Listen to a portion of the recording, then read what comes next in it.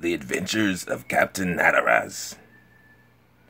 This is some fictional version here of that mountain.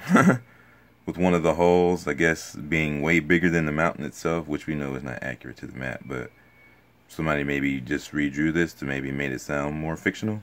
But check this shit out, dude. It is so fucking mind-blowing. It's so detailed, but then they... just check this shit out. A novel that was published for the first time in 1864, the definitive version of 1866 was included into the Voyages Extraordinaire series, Extraordinary Voyages, although the first book of the series was labeled number 2. The three of Verney's books from 1863 to 65, 5 weeks in a balloon, journeyed to the center of the Earth. So maybe they dropped into it via balloon. Whoa. Very interesting. Shows many similarities with the British explorer John Franklin, which is allegedly maybe another person who also went. Now listen to this shit.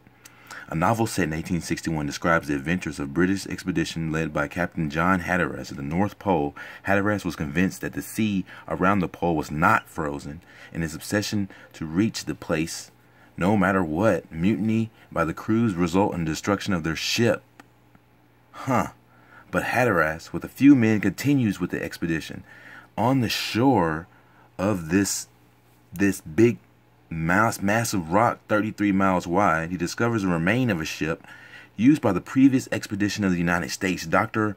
Clawbonny recalls in mind the plan of a real ice palace. Dr. Clawbonny recalls in mind the plan of a real ice palace. Maybe they just thought it was going to be a real ice palace. I don't know. Constructed completely from ice in Russia. What? They were going to create an ice palace? Crazy. Alright, whatever. Completely from ice in Russia. Okay? In 1740 built a snow house where they should spend a winter.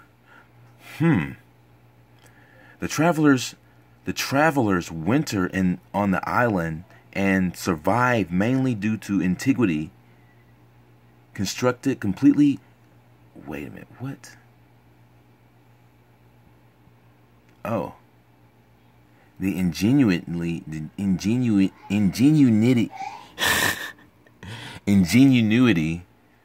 of Dr. Clawbonny, who was able to make fire from Iceland's. He was able to make bullets from frozen mercury and repel attacks from polar bears. What the fuck? So guns maybe don't work. Maybe pellet guns don't work. I imagine a bullet gun would have to work if it's encased in gunpowder, which would keep it closed out and not from open elements in a frozen place. So, if you're in the 1800s, 1700s, you need a special gun because you can't just shoot your 9mm handgun to kill a polar bear. So apparently, in the wintertime, because, let me follow up, let me keep going. Dr. Clawbonny, who was able to fire with an ice lens, make bullets also from mercury and repel attacks by polar bears with remotely controlled explosions of black powder. Dude's cold-blooded. So, you know, that's pretty much like some early bullet type technology. When the winter ends, the sea becomes ice-free. So it's not necessarily cold there. It's probably cold during the winter solace. The travelers build a boat from the shipwreck and head towards the pole. So this is 33 miles in from the coastline of this motherfucker. Man. Wow, so they're probably like, man, what the hell? I mean, maybe it's... Wow, man. That's fucking crazy. Alright, so let's just keep going.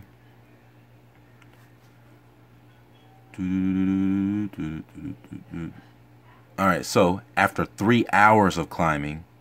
Okay, yeah, so they did go up. They did climb up. 3 hours. Only 3 hours of climbing from the bottom. From the bottom shore. That's not a lot, man. Alright, so it gets better. This story gets better. Bear with me here.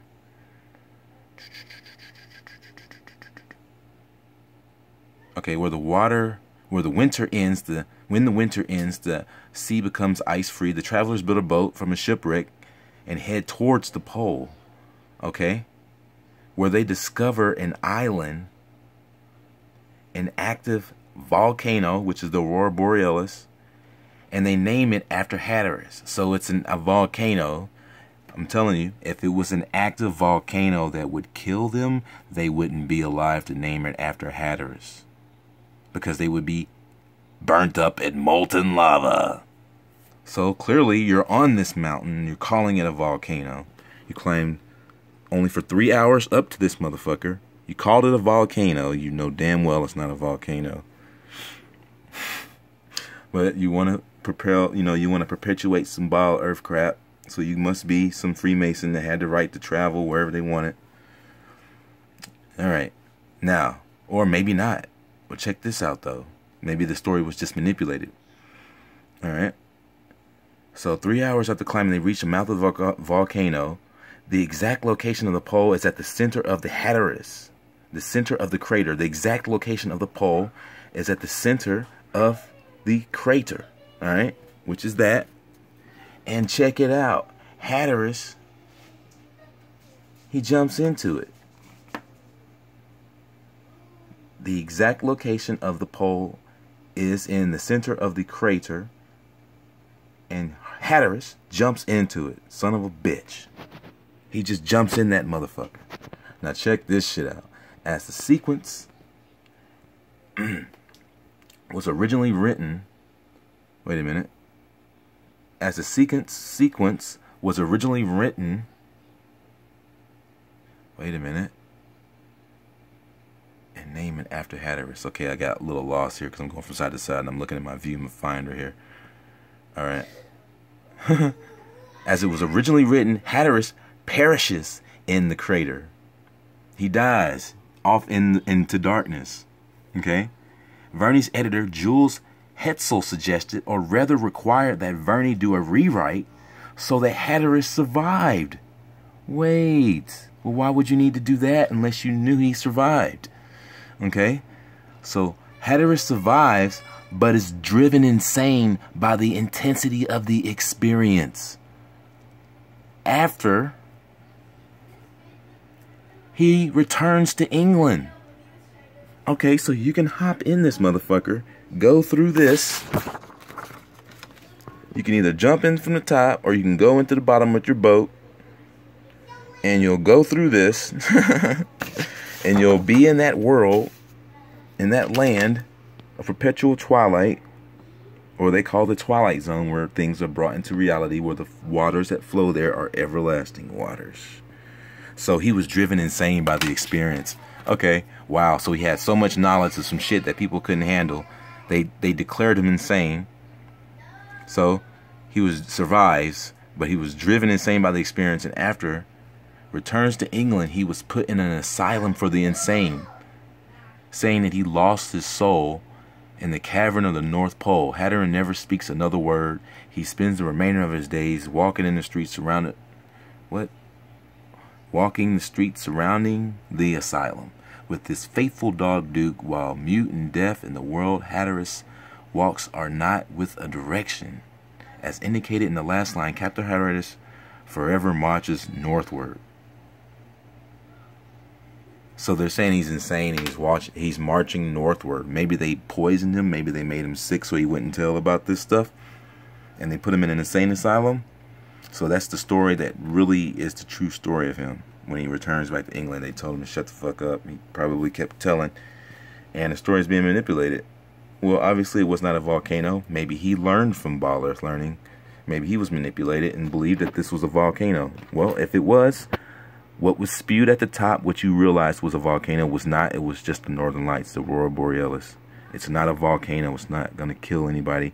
Otherwise, your ass would be dead looking into it and jumping into it. Come on now. You jumped into this damn thing. Come on now. That's fucking bullshit. So you just got to decode it and you got to cross-reference. And that's how you get to the bottom of this shit, man. Captain Hatteras. That's the story of Captain Hatteras, and I hope you enjoyed it.